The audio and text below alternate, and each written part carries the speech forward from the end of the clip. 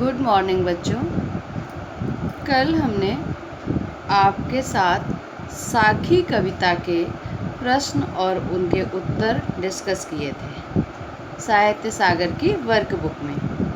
आज हमने विलोम शब्द या विपरीतार्थक शब्द एक दिन आपको दिए थे, उनको आप चेक कर लीजिए, अपने आंसर देख लीजिए अपने कॉपी में कि जो हमने शब्द दिए थे उनके हम आंसर बता रहे हैं। आप अपनी कॉपी में उन्हें मिलाते जाइए कि जो आपने लिखे वो सही हैं या नहीं। या हमने नंबर 8 तक आपको बता दिया था कि विलोम शब्द, यहाँ पर आदर्श का यथार्थ, नंबर 9 निश्छल का छली, अज्ञ का विज्ञ, यहाँ पर आप विज्ञ लिख दीजिए, और ऊसर का उर्वर। प्रतिक्रिया शब्द का विलोम होगा क्रिया। खरा शब्द का विलोम होगा खोटा। छाया का धूप,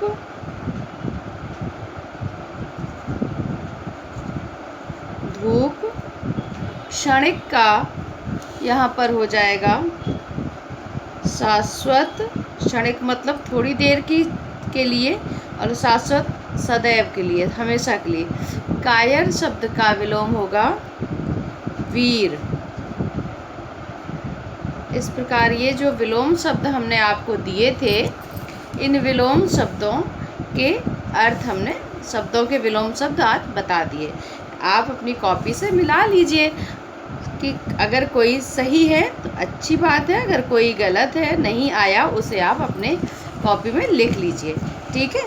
फिर एक और एक्सरसाइज थी, उस एक्सरसाइज में थे कुछ हमने आपको वाक्य दिए थे, उन वाक्यों में रेखांकित शब्द थे।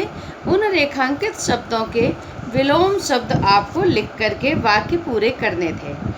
पहला वाक्य था भारतीय किसान कभी अतिवृष्टि से परेशान है तो कभी अनावृष्टि से।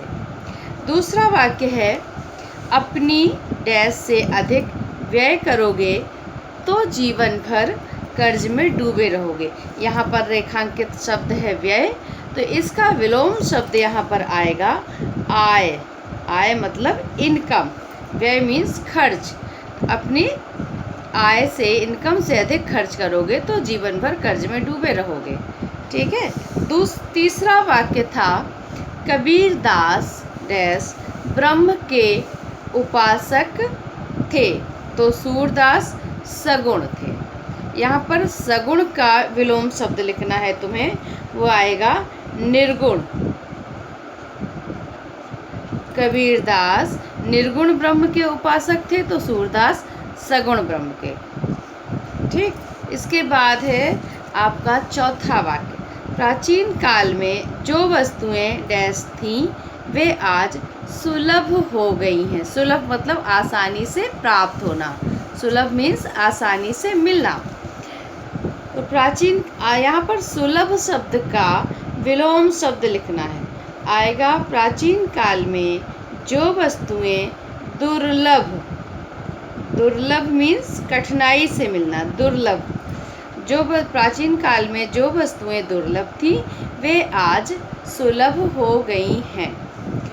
पांचवा वाक्य है राष्ट्र का डैश और पतन वहाँ के नागरिकों के चरित्र पर निर्भर होता है। देश के, किसी भी देश के जैसे नागरिक होंगे राष्ट्र वैसा ही तो बनेगा।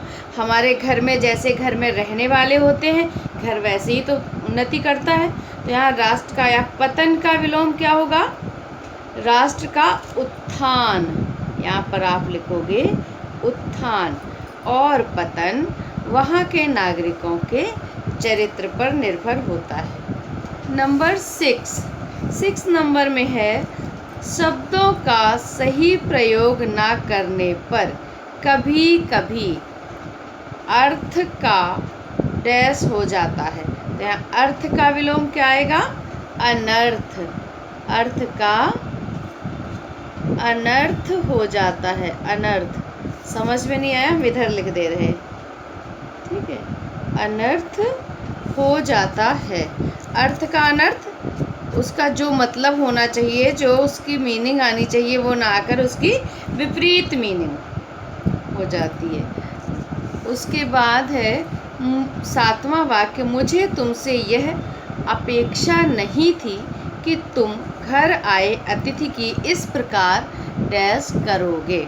यहाँ पर अपेक्षा शब्द का विलोम शब्द लिखना है, जो कि होता है उपेक्षा। तो वाक्य बनेगा, मुझे तुमसे अपेक्षा नहीं थी कि तुम घर आए अतिथि की इस प्रकार उपेक्षा करोगे। उपेक्षा अनदेखा करना, किसी का सम्मान न करना, उसका निरादर करना एक तरीके से। नंबर 8वां वाक्य है, डैश में अनेकता भारतीय संस्कृति की विशेषता है। तो यहाँ पर अनेकता का विलोम क्या होगा? एकता। एकता में अनेकता भारतीय संस्कृति की विशेषता है। अनेकता में एकता, यहाँ वाक्य थोड़ा उल्टा हो गया है, लेकिन आपको विलोम शब्द देखना है, पूरे वाक्य से लेना देना नहीं, तुम्हारा विलोम शब्द देखिए। तो अनेकता का विलोम एकता, एकता का विलोम अनेकता। तो इस तरह से ये हो गया 9th नंबर। उसके बाद फिर 8th नंबर था, अब 9th नंबर है, घृणा को डैश से जीतने का प्रयास करो। घृणा का विलोम होता है प्रेम। घृणा को प्रेम से जीतने का प्रयास करो। नंबर 10 है, आम लोगों मतलब ज़्यादातर लोगों को, सामान्य लोगों को सुखांत नाटक पसंद होते हैं। सुखांत का मतलब होता है जिन नाटकों का अंत सुखद हो, जहाँ अच्छा हो, सब मिल जाते हैं। जैसे जो हम लोग कोई मूवी देखते हैं, इधर उधर भटके हुए लोग लास्ट में मिल गए, अंत में सब सुखी हो गए, सब खुश हो गए। तो ऐसे नाटक जिनका जिनकी एंडिंग जिसकी अच्छी हो, खुशी की हो, तो आम लोगों को सुखांत नाटक पसंद होते हैं। सुखांत का आता है विलोम दुखांत, दुख से अंत, सुख का अंत, यहाँ दुखद अंत। आम लोगों को सुखांत नाटक पसंद होते हैं, दुखांत नहीं।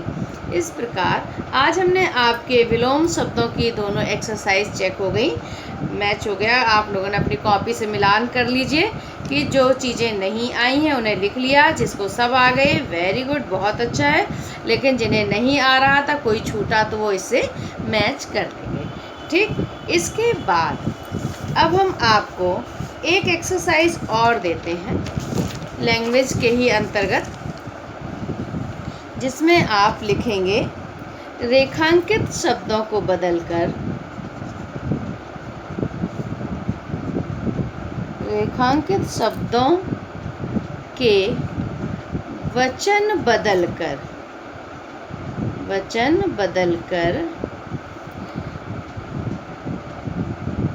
वाक्यों को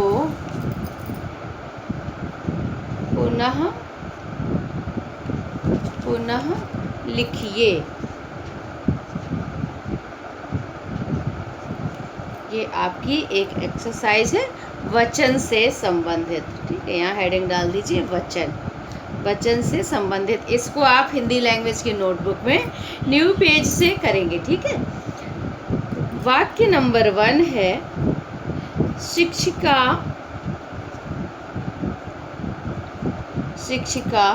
अपनी कक्षा में पढ़ाने जा रही है। शिक्षिका अपनी कक्षा में पढ़ाने जा रही है। अंडरलाइन आप रेखांकित करेंगे शिक्षिका और कक्षा, ठीक। यहाँ पर आपको वचन बदलने हैं। नंबर 2 है, पुस्तक या पुस्तकें मेजों पर रखी हैं। यहाँ पर रेखांकित शब्द है पुस्तकें और मेजों। तीसरा वाक्य है, वाक्य नंबर 3 है, हमने सोचा कि घूमने चलें। हमने सोचा कि घूमने चलें। यहाँ पर आएगा हमने। वाक्य में हमने शब्द को हमने रेखांकित किया है, इसका आपको वचन बदलना है। नंबर चौथा है वाक्य, दुकानदार ने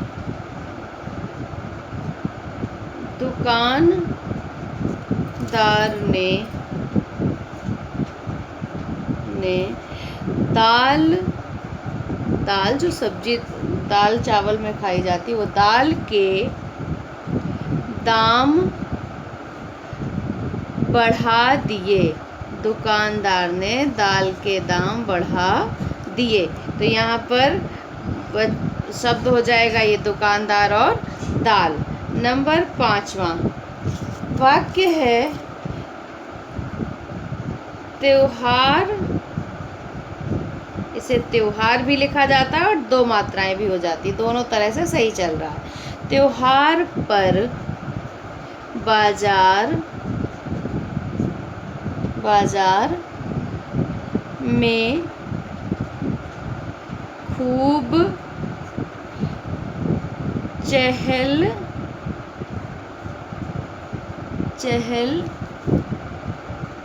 पहल होती है। यहाँ पर हो जाएगा यहाँ त्योहार और बाजार। नंबर 6 आपका है, नंबर 6 वाक्य, उस कमरे में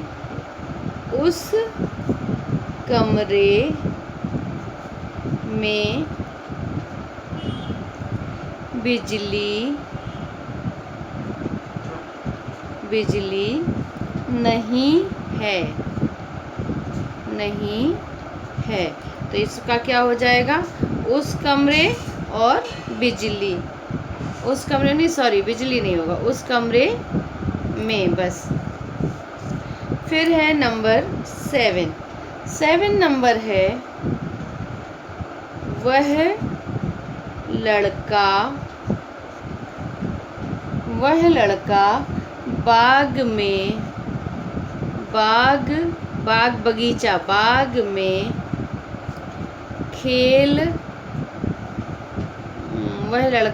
में खेल रहा है। यहाँ पर वह लड़का हो जाएगा और बाग हो जाएगा। नंबर 7 में वह लड़का और बाग, वह लड़का बाग में खेल रहा है। नंबर 8 है,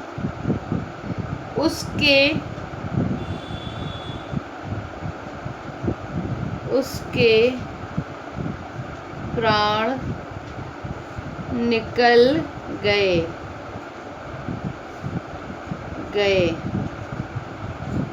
यहाँ पर अंडरलाइन हो जाएगा उसके, और दूसरा शब्द है प्राण। ये दोनों शब्द रेखांकित कर दिए गए। इसके बाद नंबर 9, गाय खूंटे से बंधी है। यहाँ पर गाय हो गया और खूंटे हो गया। नंबर 10 अंतिम वाक्य,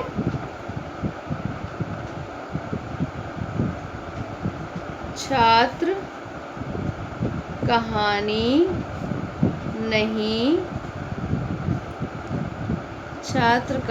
नहीं लिखता है या पढ़ता है, कुछ भी कर, और रेखांकित शब्द हो जाएगा छात्र और कहानी। इन 10 वाक्यों को आप अपने हिंदी लैंग्वेज की नोटबुक में वचन बदल करके दोबारा वाक्य लिखेंगे इस तरह, ठीक है। और इसको हम अपना जब अगला वीडियो होगा किसी दिन, तब हम इनके आंसर आपको बता देंगे। इस तरह से सबका चेक हो जाएगा। बहुत सारे बच्चे आसान है कर लेंगे, लेकिन जिस किसी को ना आए वो परेशान ना हो, शब्द को छोड़ दे। हम जब डिस्कस करेंगे उस दिन वो अपना सही कर लेगा। तो आज इतना ही वचन, और पिछले वाले वीडियो के विलोम शब्द हो गए, वचन हो गया। बच्चों कल के वीडियो में हमने आपको साखी के प्रश्न उत्तर जो कराए हैं उनको आप ईमानदारी से अपनी वर्कबुक में लिख अवश्य लें। ये ना सोचे कि नहीं अभी तो छुट्टियां चल रही, कर लेंगे में समय बीतता जाता है और काम नहीं हो पाता है। तो इतना ध्यान रखिए कि समय के साथ चलिए और काम पूरा अपना रखिए, ठीक है। और उसको हम अब अगले वीडियो में हम गिरधर की कुंडलियां चैप्टर के प्रश्न उत्तर डिस्कस करेंगे।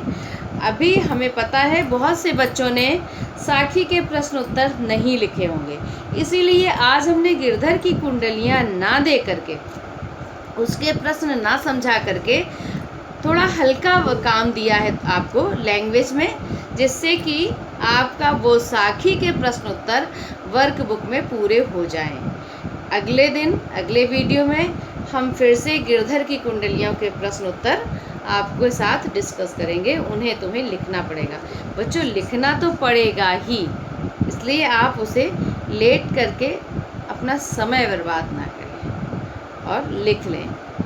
जिस किसी बच्चे को किसी भी प्रश्न में कोई दिक्कत आए वो हमसे प्रश्न नंबर लिख करके पूछ सकता है, हम उसको आंसर बताने का प्रयास करेंगे, ठीक है। तो इस तरह से आज का काम बस इतना ही। Thank you.